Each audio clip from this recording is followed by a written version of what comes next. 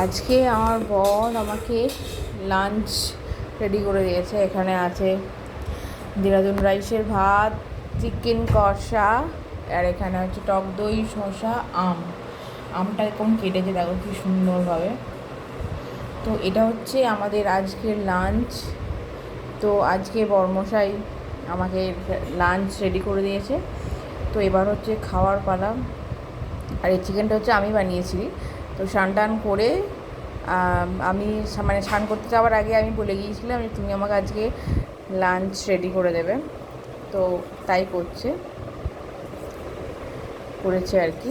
তা এখানে পাখি যেটুকু ভাত আছে সেটুকু ভাত নিয়ে নিচ্ছে। আমি কিন্তু এত ভাত খাবো না, এটা আমার ভাত কমাতে হবে। আর এটা হচ্ছে চিকেন, আর এটা হচ্ছে আমাদের বাড়ির গাছের আম, মানে আমার নিজের বাড়ি, মানে বামনিয়ার।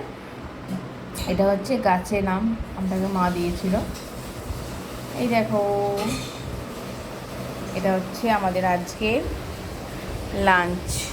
আর এই বাটিটা নেওয়া হয়েছে কারণ এই বাটিটা, এই যে মাংসটা খাওয়া হবে, এই মাংস হাড্ডিগুলো এখানে ফেলা হবে, সেজন্য এই বাটিটা। মানে আমাদের মাংসর সাথে আর কিছু চাই না, একটু টক দই চাই আর স্যালাড চাই। পেঁয়াজটা খাইনি, শসা কাটা হয়েছে, ব্যাস এই দিয়ে আমাদের আজকের লাঞ্চ। তো থ্যাংক ইউ। এবার চলো আমরা লাঞ্চ করে নিই।